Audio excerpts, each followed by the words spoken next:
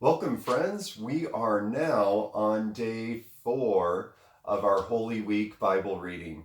Today we're going to be reading about when Judas betrays Jesus, when Jesus goes to trial, and when Peter denies Jesus.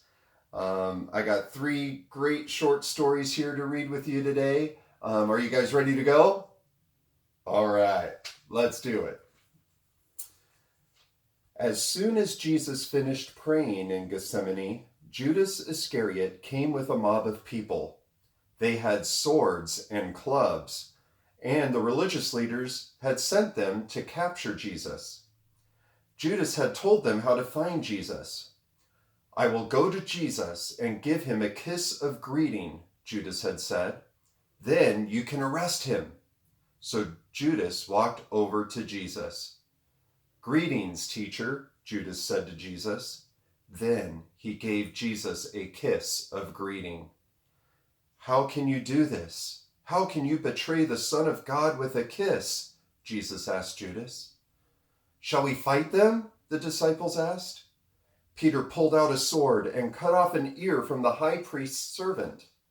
"Stop fighting," Jesus said. "I could ask God to send thousands of angels to protect us, and he would."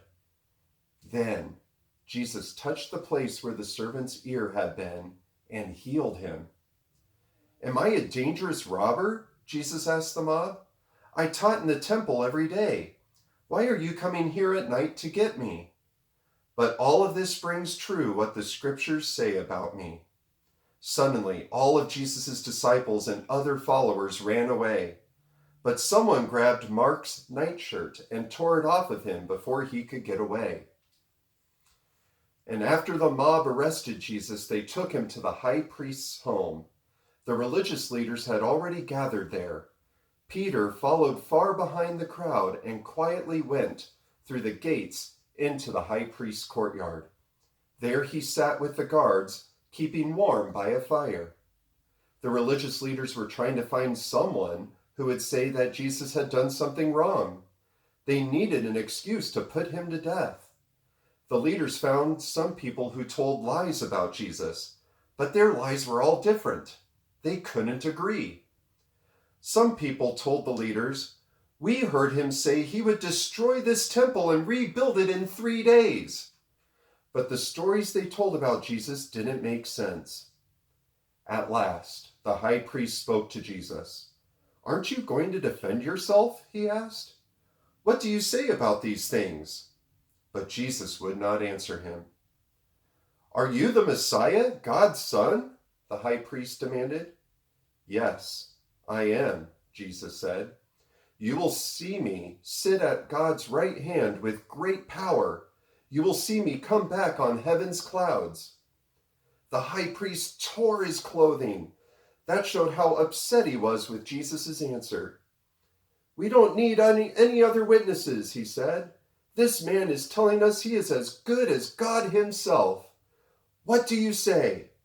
Then the religious leaders all said that Jesus would have to die. Some spit at him. Some put a blindfold on him and hit his face with their fists. "Who hit you? You should know if you're a prophet," they teased him. Even the guards hit Jesus as they took him away. Peter was still warming himself by a fire in the high priest's courtyard, and one of the high priest's servant girls saw Peter. You are with Jesus," she said. "Both of you are from Galilee." "I don't know what you're talking about," Peter said. Later, another servant girl saw Peter. "This man was with Jesus," she said to the people nearby. "I don't even know the man," Peter answered. This time Peter swore that it was true, that he didn't know Jesus. Still later, some other people came over to Peter. "You must be one of Jesus' followers," they said. "You speak like the people from Galilee." "I swear in God's name that I don't know Jesus," Peter answered. He wanted to be sure that everyone believed he was not Jesus' follower. Suddenly, Peter heard a rooster crow. At that very time, Jesus was being led through the courtyard. He turned and looked at Peter. Then Peter remembered. He had once told Jesus he would never deny knowing him. Jesus had said, "Before the rooster crows one morning, you will deny me 3 times." And Peter felt terrible. He ran from the courtyard, crying very hard. Boys and girls, sometimes just like Judas and Peter, we do things that make Jesus sad. But I want you to remember something, that no matter what you do, he will never stop loving you and will always forgive you if you come to him. All right. I hope you guys have a great day, and I'll see you again tomorrow.